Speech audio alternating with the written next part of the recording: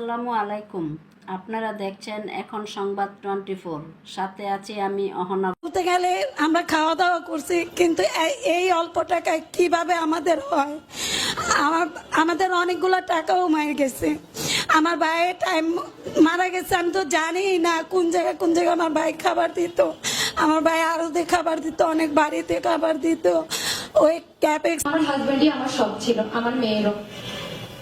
তো আমার হাজবেন্ড যা আমাকে দিত, এই সরকার আমাকে জীবনেও তা দিতে পারবে না।